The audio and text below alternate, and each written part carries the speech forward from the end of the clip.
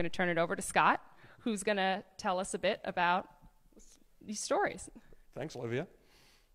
Your timing was perfect. We're actually bringing our collection, which has been stored for actually over a century off-site, into the new building here. And so these are we literally opened the first box. We're just having some technical difficulties, but we'll be resuming shortly. We're just getting the No picture? plugging in, exactly. And we can start our intro again too. We'll make sure everyone knows where we are and Yep. and how our. All good. All right. Should I start again introing? Yes. Okay, cool.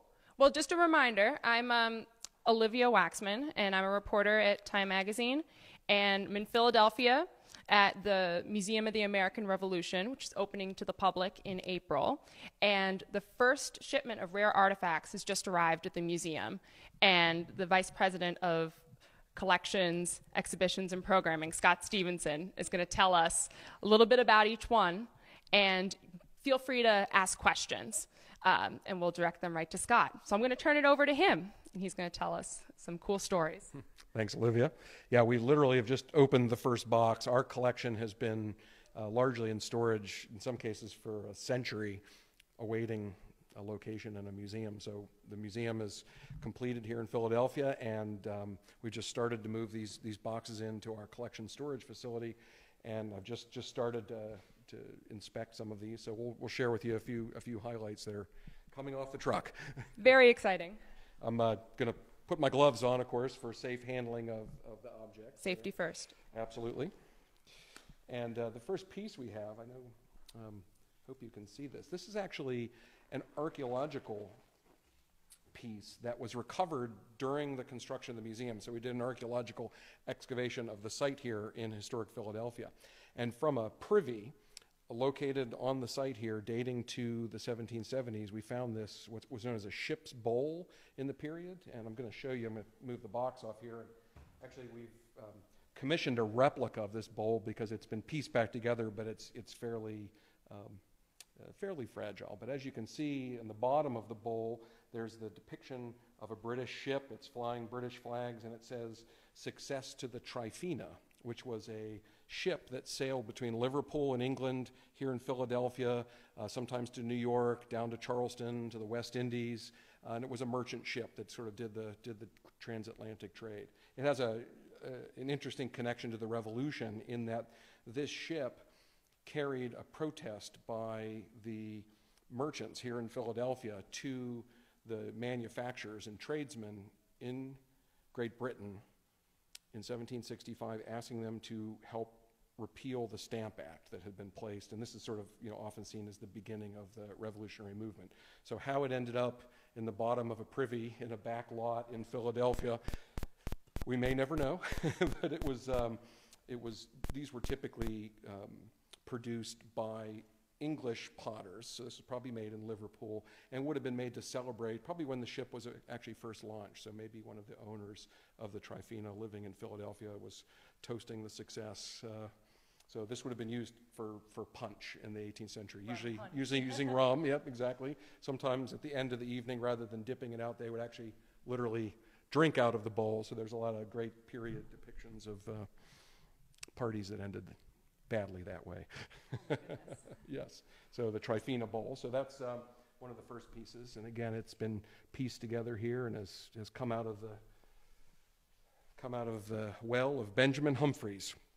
And so I'd be happy to pull out a few more objects. That sounds great. This next box here has some swords in it, actually, and there's a great piece here that will be difficult to see the engraving. But this is a silver-mounted hanger, so it has a slightly curved blade.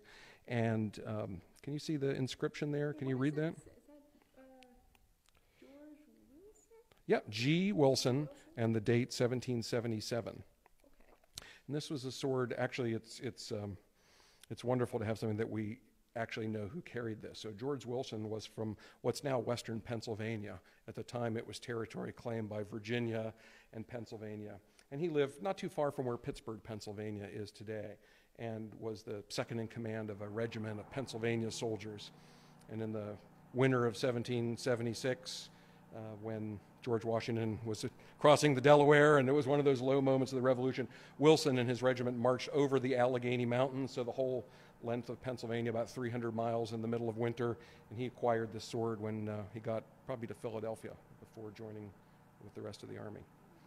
And so it came down through descendants. He actually died of disease later in that year, but it was brought home and given to his family. It passed down through them. They eventually moved to Kentucky, lived near Maysville, Kentucky, and then in the 1960s was donated to our collection by descendants. Beautiful piece. Yeah, and that's all been prepared and ready to be displayed in the museum. Beautiful. This is another great piece, as you can see. Now you notice that that was called a hanger. It hangs from your belt. It's a slightly curved blade, so it was carried, it was useful for sort of a slashing weapon, if you can imagine. This is known as a small sword, and if I were to ask you why, what do you think the shape, it has a differently shaped blade. What would you use that for? See, I'm going to be a school teacher here and ask some questions of you. Yep. Well, it's more of it's a stabbing sword, right? So rather than a slashing sword, so this is a long pointed sword that's used for poking holes in your enemy. But this one has this remarkable, as you can see, blued steel blade with gilt decoration on it, the coat of arms of the King of France. So this is actually made in Paris and is a French presentation sword. Would have been given to someone. Oh, we can get it a little closer. Can I get it closer? Yeah. Want to make sure you see the engravings. Yeah. This was used to stab people. Dono Regis, so a gift of the king. Folks able to see that? Yeah, so these could be, while they were absolutely lethal weapons in the period, you can see an incredible amount of decorative effort that would go into them to adorn them. It was a different era. Wow. So, small sword and a hanger. Okay. And I'm going to enlist the help of my curator, Mark Turdo, here to take this. Mark, the curator, is helping us Yes. sift through. Some other, actually we can bring this forward here. So here's some other weapons from the collection. Oh my. Pistols. This pair of pistols here, brass mounted, these were horsemen's pistols, so they were worn, a mounted man would wear them in his saddle for use on horseback. And these, again, are remarkable in that we know the owner of the pistols on what was known as the thumb piece, as you can imagine, where your thumb would rest. You see the initials PM. That's for Peter Muhlenberg, who was a German-American minister at the beginning of the Revolutionary War from Pennsylvania. He was actually living in Virginia at the time. But this pair of brass-mounted English holster pistols was used by him all through the Revolutionary War. They were so treasured by him that he left them to his oldest son in his will, referring to them as the brass-barreled pistols that I carried through the Revolution. So these are wonderful pieces because, again, we like in the museum, it's all about personal stories and learning about history through the personal experiences of people in the past, as opposed to just looking at them as Beautiful objects. engraving. Yeah, so, for military purposes, you can see there's a kind of a panoply of arms and flags here, again, suggesting what their use would be. If they were hunting pistols, you might see a little scene of a dog chasing a rabbit or something like that. Makes sense. Yeah, so these are all ready to go. They have been carefully cleaned by a conservator to remove, sort of any tarnish, anything that would jeopardize their condition, and they are ready to be installed in the Museum of the American Revolution in Philadelphia. So yeah, these will actually be out on display in April when we open. Okay. And engraved powder horns. Let's see them.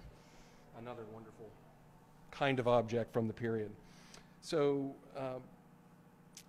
the level of literacy for a lot of people in the 18th century was not as high as it would be, for instance, during the American Civil War. So you have lots of letters and diaries and journals that can help you to piece together the perspective of common soldiers, say, who were fighting. In the 18th century, not as much. In New England, there was a higher level of literacy. You tend to have more diaries and that. For soldiers farther south, it can be a little tough to get their perspective on their experience in warfare. Sometimes we have non-traditional kinds of evidence for that. So here's a great example of this. This is an engraved powder horn. So this is literally a cow horn. What would these be used for? Yeah, so gunpowder. So necessary to load your weapon. And so this is, started life right up there on a cow. They come in pairs. And it's sort of like, almost like the plastic of the 18th century. Horn is very light. It's largely waterproof, very even fire resistant. It can be scraped very thin, so it's light. And you can use it for containers for things that you want to keep dry, like gunpowder. And so these were commonly issued to soldiers, but then, as you can see, they can be quite profusely decorated. So this is a man named William Waller. We'll move it up. And if I can you. hold this Yeah. closer in here, if you can see William Waller. We're going to read what it says. Liberty or death, very common phrase taken from Patrick Henry's fiery speech in Virginia. Kill or be killed, which sounds so contemporary in a way, but is a phrase being used in the period. And appeal to heaven, which was a legend that was on a lot of flags, particularly in New England early in the Revolutionary War. This one was made in 1775, so it's actually dated, and it has a crown on it. Now, a lot of people think, well, it's the American Revolution. Weren't they fighting against the king? But actually, this was produced during the first year of the Revolutionary War when American colonists were fighting to restore their British liberties. So they still had things like images of the king. They said, well, the king just has bad counselors, and we're trying to get his attention. So that, of course, would change in 1776. And Wow. it became a revolution. Who is it? Another one that I love here is a scene of Philadelphia from the middle of the Revolutionary War. And maybe if we can get a look in at that, it's really quite a scene of Philadelphia. Yeah. So here's basically an image of the waterfront of Philadelphia. You can see the spires of the churches and Independence Hall, ships in the Delaware River. This was, of course, the largest port in North America and one of the largest English-speaking cities in the world at the time, probably the fourth or fifth largest English-speaking city. And then a little vignette of a hunter and Oh yeah, what is it? What story does this depict? well, actually, so you can see on the side here, there's two cannons that are firing at Philadelphia. So, and it's dated 1778, and so it's many people don't. People remember the Declaration of Independence and the 1776 story. They forget that 18 months after the Declaration of Independence, the British Army actually marched down Chestnut Street right past the front door of the Museum of the American Revolution and took Philadelphia and occupied it from September of 1777 until the summer of 1778. So this was produced in Philadelphia during that British occupation. And so that's probably referring to the fighting that's taking place over occupying the capital here. Makes sense. Wow. Yeah, any other notable inscriptions? Well, I think I'm going to move on from here. A lot of these are good. kind of plain. We might know who the owner is, but Yeah. maybe the artistic depictions don't quite rise to. Sounds good. Excited to see. George Washington. Anyone interested in George Washington? Yes, definitely interested in George Washington. Anything he owned and used. So the object that I can't show you today, but you'll be able to see when the Museum of the American Revolution opens here in Philadelphia in April of 2017, is George Washington's command tent, the sleeping and office tent that he lived in for much of the Revolutionary War, traveled with him, and that'll actually be set up and displayed in the museum. But within that canvas, he, of course, had to keep his body and soul together, and that was often done with wine in the 18th century. And so what you're seeing here are 10 of the original set of 12 silver camp cups that Washington actually had made right here in Philadelphia, just 2 blocks from where we are at the corner of 2nd and Market Street in Philadelphia. And these are just cylindrical sterling silver cups. They have a later commemorative inscription on them. It says W on the one side for Washington, and then an inscription recording their history. Yeah. If anyone's ever been to the Kentucky Derby, you probably have drunk a mint julep out of something that looks very much like this. And that's actually the origin of those what we now call julep cups, are these camp cups that were used by military officers in the 18th century. And so these were used in Washington's headquarters. Fascinating. Other shiny things? Yes, all the shiny things. So this is actually a piece of vestigial armor. If you think about medieval armor, you've got helmet that sits on a chest plate and a back plate. If you think about that chest plate, it has shrunk down by the 18th century, and this is the remnants of that. It's known as a gorget, or a hascul in French, and it's worn around the neck to show the rank of an officer. So this particular example is French. It has the French Royal Coat of Arms on it that's applied on it. You see on the front with the 3 fleurs-de-lis. Oh, yes. We're going to Yep. give you guys a close-up. Give you a close-up of that. Yep. And this was worn again around the neck of in this case, a French officer, as a sign of his rank, his noble status. Able to see that? I have a British example if you would be interested in comparing. Definitely. So gilt, and then with a silver device that's been applied to it. We have a British example here. This is actually hallmarked by a London silversmith as being made in 1775 or 1776, and it's a really fancy one. So oftentimes the British ones are a little less ornate than the French with the applied devices, but this actually has, you can see this panoply of arms on each side that's applied, so it's a little bit fancier. It has the British Royal Coat of Arms on it with GR, and that stands for Georgius Rex, or King George. And the regiment, very difficult to make out, but LX for 60th Regiment. And that was a regiment known as the Royal Americans. So they were actually originally raised in the American colonies, but Any other part of writing in the middle? just the GR, and then that's the Royal Coat of Arms. So you see the lion and the unicorn and the royal arms of King George.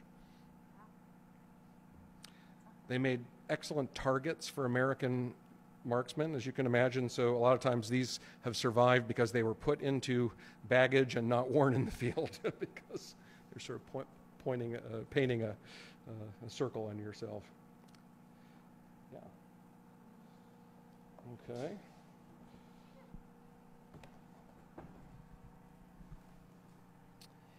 Very cool. Oh, this is one of my favorites. So we saw the Trifina bowl, which was for one type of convivial gathering in the 18th century. This is also a drinking vessel. This is an English creamware tankard or mug, probably made about 1774 or 1775, and it says, "Success to the city of Boston, liberty forever." And so we believe that this was made for sale in America. So you had, not unlike we have foreign producers of objects today, in the period those manufacturers would make whatever the consumers wanted. So there was a real trade in these ceramics that would be sent to America that had a lot of political sentiments on them. So after the Boston Tea Party in 1773 and 1774, Parliament passes a series of coercive acts. They closed the port of Boston, and there was a lot of sympathy on both sides of the Atlantic for these Bostonians. And so we think this was again a little political ceramic, probably appropriate for our election season here. That goes back to the 18th century as well. We can move it up a Yep. little bit. And are you able to see that? You can rotate it a little bit so you can.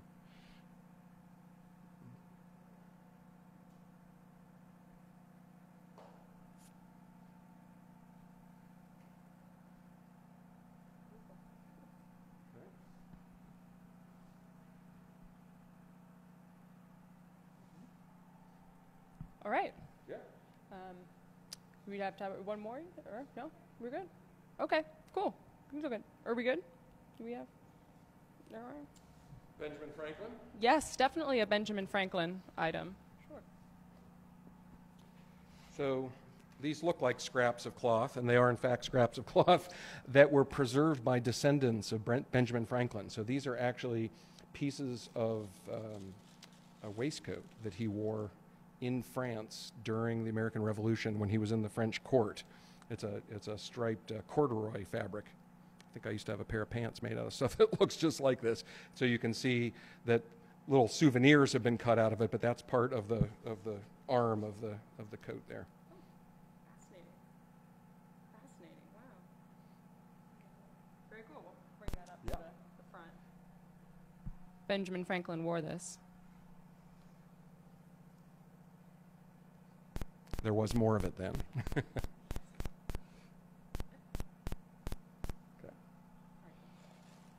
Are there any other items the founding fathers would have? Well, we have Abigail Adams represented.